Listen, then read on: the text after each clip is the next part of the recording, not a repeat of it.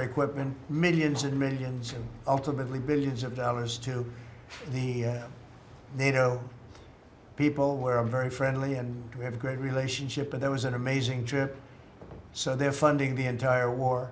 We're not funding anything. I think it's an important point to make because a lot of people don't understand that. And we will continue to do that. And we're trying to get as much as we can for them. They want the American product. The American military product is by far the best in the world, and that's what they want to get. They have lots of options, but that's what they want to get. So the factories are doubling up and tripling up where they make the Patriots and other really, you could say, defense and offensive weapons. The wages for blue-collar workers are now rising at the fastest rate in 60 years, which is so important to all of us around this table. The average American worker has already seen a $500 wage increase this year, and there's no inflation because there's been decreases, tremendous decreases, with thanks to Doug and Chris and some of the people, the great job they've done with energy. Thank you very much. And Chris, thank you very much. I see you down close to $60 a barrel, and you'll be breaking that pretty soon. And that has a huge impact. So we have groceries are down. Energy is way down. Energy is way down. It was $4 and $5 for a gallon of gas. Think of that for gasoline. And now it's probably $2.25. There are some places it's $2. It broke $2 at a couple of locations in the South. In places like California where they charge such high taxes, it's higher, but it's still much lower than what it was a year ago. So energy's way down. Groceries are way down. Eggs are way down. Thank you very much, Madam Secretary. You've done a great job. Appreciate it. When we came in, the eggs were through the roof. They were 4 times higher than they've ever been. And my first question from you people were, what are you going to do with eggs? I said, what's the problem with eggs? That was caused by Biden, or whoever was operating the auto pen actually caused it, I guess, because I don't think he knew too much about eggs. Factories are booming compared to before I took office. Domestic auto production is going to be, it's going to be so thrilling in 2 years when you see the numbers, because they're building plants all over the country. They're all coming in because of tariffs. They don't want to pay the tariffs. And if they build their plant here, they don't pay the tariffs. And they're pouring into our country, and you know about AI and you know about but the auto plants, that's the good old-fashioned stuff that I love. The auto plants are pouring into the United States of America. They're coming from Mexico. They're coming from Canada, and they're coming from Europe, all over Europe, and it's been pretty amazing. So factories are booming, and when they actually open, right now they're booming in terms of construction. This is something given to me by Mark Zuckerberg, and you'll see this is AI now. I never understood. I said, well, because I built shopping centers, and for $50 million, you can build a very nice shopping center. So I never understood when they said $50 billion for a plant. I said, what the hell kind of a plant is that? But when you look at this, you understand why it's $50 billion. So this is one he's building in Louisiana. That's Meta, Facebook, as people understand it to be. But look at that. That's the size of Manhattan. So that's superimposed over the island of Manhattan. It takes up a big part of Manhattan. I think they say 81% of Manhattan. So these are big things, and they're going up. A lot of them are going up now. I don't know that big. Actually, Mark is building 4 of them, and others are building similar places. And when these things open up, I'll tell you what, our country, we're leading China now in AI, substantially leading China. And the reason is because we're letting them build their own electrical facilities. We would need double the energy if you take all of the electricity that we produce right now in this country, you'd have to multiply it times 2 or maybe 3 times. So 3 times more than we have right now for everything, to operate your toaster and everything else, okay? 3 times more. And the way we are able to succeed, because China goes out and builds these massive plants. They're right now building 58 coal, in this case, almost all coal-fired plants. And coal is back with this country too, by the way. There's a reason they use it, because it's good. It works for them. and we call it clean coal. We don't call it coal. We call it clean, even very clean coal. But we have coal going up. We have nuclear going up. Nuclear is very much in vogue now. It's safe and inexpensive and great. We don't allow windmills. We're not allowing any windmills to go up. I mean, unless there's a legal situation where somebody committed to it a long time ago, we don't allow windmills. And we don't want the solar panels that I was speaking with the secretary about, because they take up, you know, thousands of acres of our farmland. You see these big ugly patches of black plastic that comes from China. And the solar is, you know, I like solar in some ways, but for firing up your big plants, it doesn't work. It's very unstable, but it really takes up your farm. The farmers are saying, you know, they're building these massive blotches in the middle of the fields all over the country. It's so crazy. It's so crazy. So we're not heavy into that at all. And windmills, we're just not going to allow them. They're ruining our country. They're ruining everyone. If you look at, I hate to mention countries, but you look at the UK, what's happened at UK, they have energy costs have gone through the roof. It's because of wind. They want to do everything, close up the northern parts of the country. They have oil that's tremendous.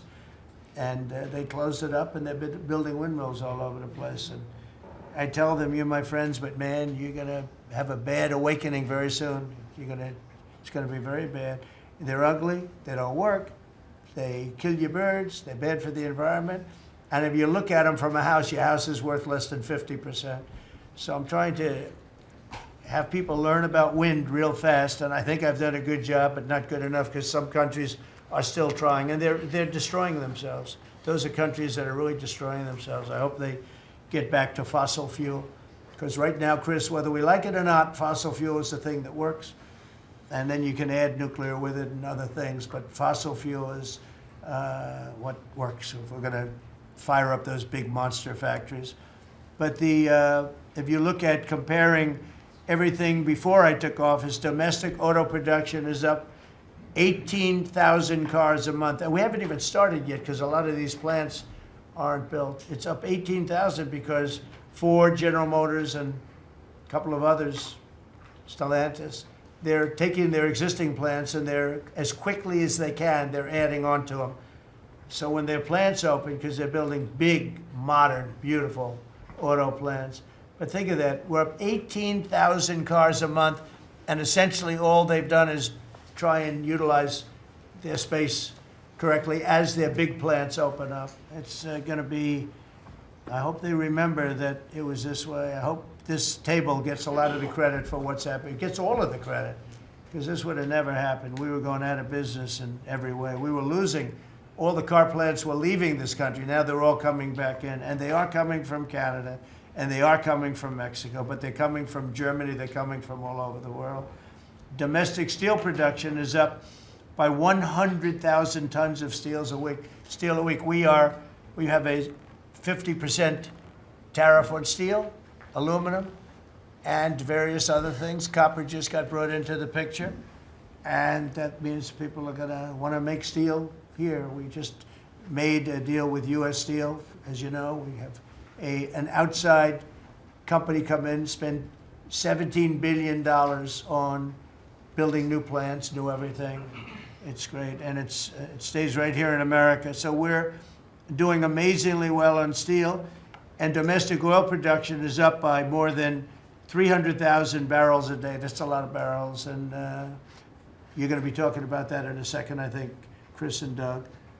These two people have done a fantastic job, and we have the oil price down to about $62 a barrel. So just so you understand, because a lot of you like to talk about costs and prices, but I watch so much fake information. Product costs are down. Energy is way down. Energy brings things down. You know, with energy, that's what happened with Biden. He stopped our program, and then he went back to it when he realized that it looked like you're going to be paying numbers that nobody's ever seen, like $7 a gallon. You're going to pay $7 a gallon. They were up to $7.5. So then he immediately went back to the Trump plan that they terminated, but it was too late for them. It was too late. They blew it. They had a great thing going. I gave them something great, and they blew it. Since the inauguration, we've created over 500,000 new private jobs. And if you notice, when the numbers come out, government jobs are going down and private jobs are coming up. And that's what really fuels the country. It's easy to hire people and pay them for doing something that maybe is not very productive. But government jobs are down, actually substantially down, and private jobs are way up. And these are the jobs that make money, create a better life. Meanwhile, we've reduced the number of federal bureaucrats by 84,000. So we got rid of 84,000, and I think the job numbers, you're going to see the new job numbers are going to be through the roof because of all of the different businesses that are moving into our country. And not just production businesses, autos and AI, but any business you can think of. In the world of furniture, as an example, North Carolina, I went there many times when I built a lot of hotels and things, and I'd go to North Carolina, I'd buy the greatest, they were the greatest, most talented people. And then China came along and took all of those jobs away. If they would have tariffed them, China wouldn't have taken any of the jobs. We had presidents that, honestly, and I like some of them, but they didn't know what the hell they were doing from a business standpoint, from running the country. And North Carolina, the most talented woodworkers that you've ever seen. I'd be there and I'd watch them. I'd say, I'd like to have a rail in that chair. Maybe, can you fancy it up a little bit? How about this, sir? And they'd hand me a thing. It was like they were artists. They were unbelievable. And that business was stolen from us by others, not only China, but by others. All of a sudden, you're ordering your furniture from China. It was not even close to being as good, but they couldn't compete with it. If we would have said it costs 100% or 200% tariff, you wouldn't have lost one job. It's so sad. But we're going to rebuild North Carolina furniture and other places, South Carolina too, to a lesser extent. They make furniture. But furniture, we're going to put a very substantial tariff on. We've already announced it. It'll be done pretty quickly.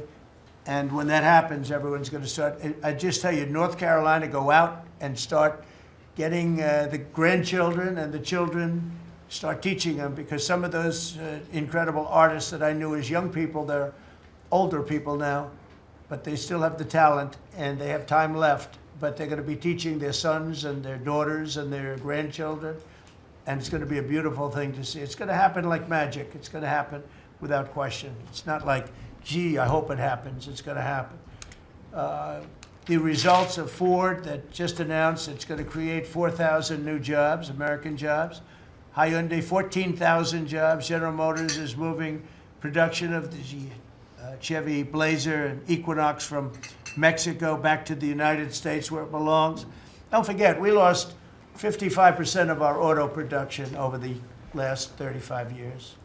55%. We were the auto capital of the world. Like there was nobody even think about challenging us. We lost 55% of it to Mexico, Canada, China, a lot to China, and other countries. And it's all coming back. We will be bigger. A couple of years, we'll be bigger than we ever were. We'll be more dominant. We'll be bigger. We make great product, too. We're starting to make really great product. We're going to be bigger than we ever were. We're going to be at